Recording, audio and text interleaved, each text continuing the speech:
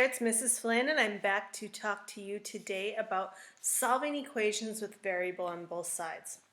So for this lesson, let's just think of an example, and I came up with one. 4x plus 2 equals negative 2x plus 8. Now I demonstrated this with algebra tiles. So if we look over here at the algebra tiles, we have 4x plus positive 2. And on the other side of our equal sign, we have negative 2x and plus 8. So if we wanted to solve for x, we need to think about getting x on one side. So if I have negative 2x tiles here, I could add 2 tiles, which would give me a 0 pair here. So if I add 2 tiles to one side, to keep it balanced, I have to add 2 tiles to the next side. All right, so what are we left with when we do that? Well, now we have 1, 2, 3, 4, 5, 6x plus 2, and these disappear because they are 0 pairs.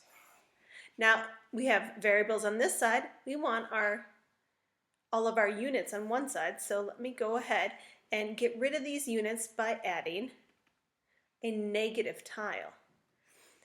If I add 2 negative tiles to this side, I must add 2 negative tiles to this side. Well, 1 positive tile, 1 negative tile makes for a 0 pair, so that one's gone. Once again, 1 positive tile, 1 negative tile is another 0 pair, and we do the same thing to this side. A positive tile with a negative tile is a 0 pair, and a positive tile and a negative tile. Now to find out if I want to know what just one x is, I have all these x's here. If we want to know what just one of them is, we could line up our unit values with our x. So let's see. There's one there, one there, one there, one there. So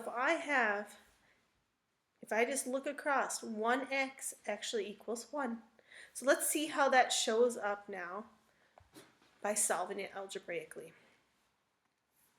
So just like before, here's our balance sign. If we're going to get rid of our negative 2x, we add 2x. If we do that to one side, we must do that to the other. Now I rewrite 6x plus 2 equals 8. Keep everything balanced on both sides.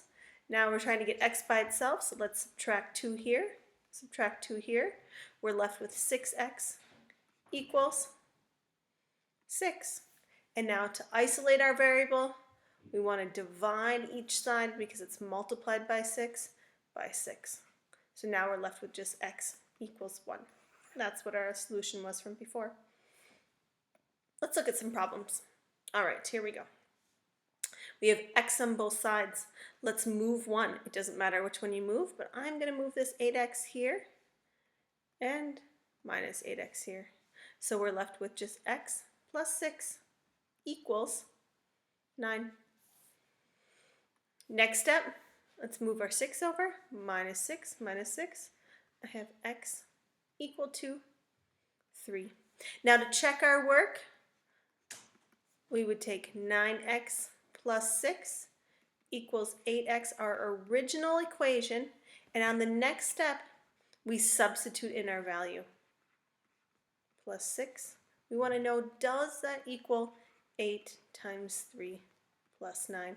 Using order of operations, this would be 27 plus 6. We want to know, does that equal 24 plus 9? Our final answer here would be, let's see, 24, 33, and 12, 33. And yes, they both equal each other, so we're happy. I'll let you check all your answers for these. I'm just going to go through the solutions here. Remember to press pause and go ahead and try these on your own. So I'm going to add 2x here, plus 2x here. I'm left with 2 equals 8. Combine these, plus 3x. To isolate our variable, I'm going to subtract 8. Subtract 8. I have negative 6 equals 3x. Now I'm going to divide by 3. Divide by 3. Negative 2 equals x. Go ahead and check your work there. I'll move on to the next one. Now, before we solve, we are going to want to distribute. So now we have 5a minus 5 times negative 3 is negative 15, which equals 3. Add 15 to both sides. I have 5a equals 18. Inverse operation of multiplication is divide by 5. Divide by 5. So a equals 18/5. Now the next one, let's get rid of these parentheses. We'll distribute here. We have 3a plus 21 equals 4a minus 8. Get our variables on one side. I'll subtract 3a here minus 3a here. 21 equals 4a minus 3a is a minus 8. Add 8 to this side, add 8 to this side. I have 29 equals a. All right, that's it for now.